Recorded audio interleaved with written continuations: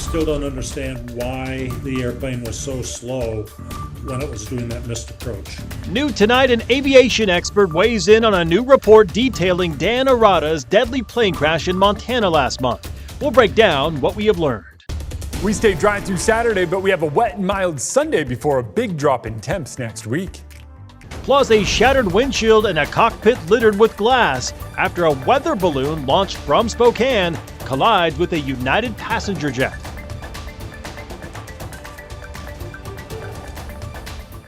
Good evening and thank you for joining us for the KREM 2 Night Report. I'm Mark Hanrahan. New tonight, we are learning that a weather balloon from Spokane collided with a United Airlines flight over Utah. It happened last month over Moab.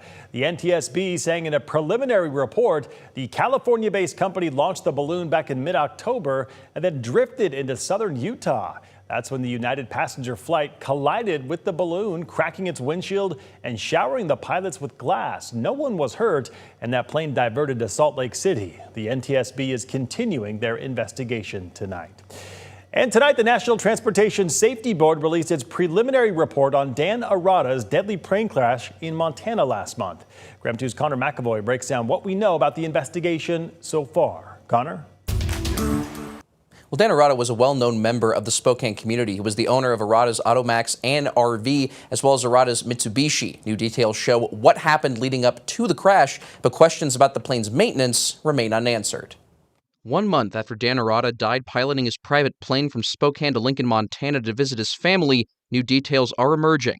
Tonight, the National Transportation Safety Board released a preliminary report about the crash. Arrotta was flying in a Cirrus aircraft, a plane aviation consultant Scott Hamilton says has a good reputation.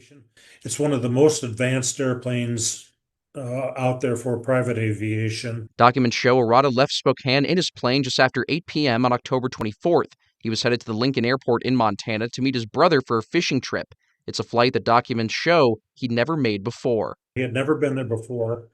He was going in after dark. Into a terrain area that he's not familiar with. Data analysis revealed the plane aborted its landing when approaching the runway. Arrotta got a warning he was too close to the ground and tried to speed up power and turn the plane. But documents show at that point, the plane was no longer able to sustain flight. He crashed in a wooded area less than 4,000 feet away from the runway. Hamilton says while the report reveals new information, it doesn't answer a big question. It sounds in the preliminary report like there was not a power failure, but we still don't understand why the airplane was so slow when it was doing that missed approach. Hamilton says other information, including an autopsy, toxicology test, and plane maintenance, will likely be released when the investigation is complete.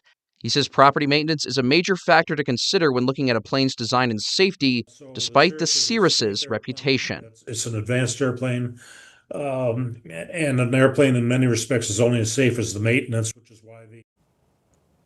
Now, to reiterate, this is preliminary information that NTSB says is subject to change as the investigation continues. Hamilton estimates it could be more than a year before a final report is released. Connor McAvoy, KREM 2 News. All right, Connor, thank you very much. Meantime, the NTSB is releasing never-before-seen photos of the moment a UPS plane in Kentucky lost its engine and crashed just moments after takeoff.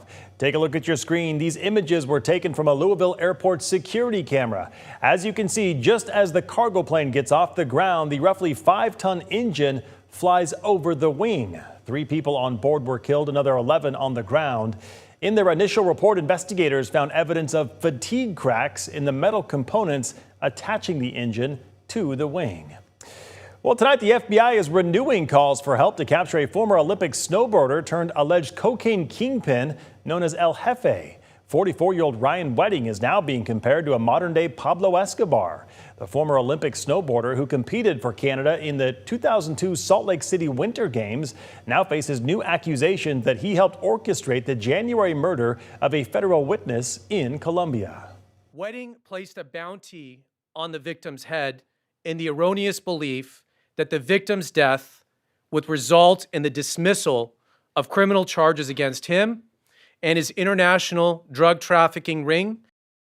The Justice Department says his alleged billion-dollar enterprise is the largest distributor of cocaine in Canada. The State Department is offering a $15 million reward for information leading to his capture. They believe he's currently somewhere in Mexico. All right, taking a break from the headlines on this Thursday evening. Let's get our first check of the forecast with Chief Meteorologist Jeremy Lagoud joining us in the Outdoor Weather Center. Jeremy, where it is chilly tonight. No doubt about that, Mark. It is a cold one out here, but let's talk it. 37 degrees is where we sit.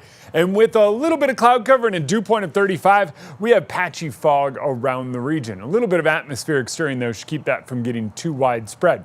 For us, not much really to talk about. Tomorrow winds up looking a lot like today.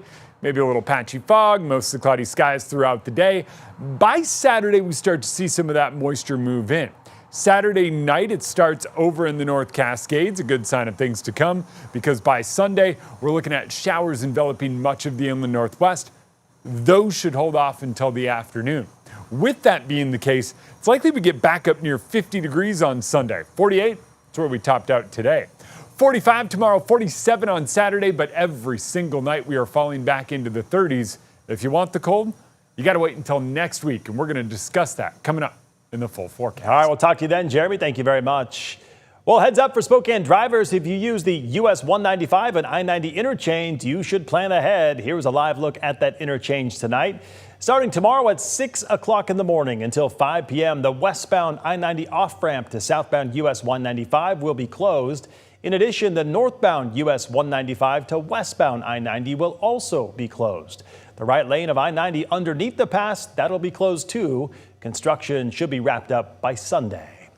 Good news for drivers in Post Falls. Crews are opening up a brand new westbound off-ramp from I-90 to Highway 41. Starting tomorrow, drivers will see new signals and off-ramp lanes. ITD says the next step is to open all remaining lanes on State Highway 41. That's expected to happen sometime next spring.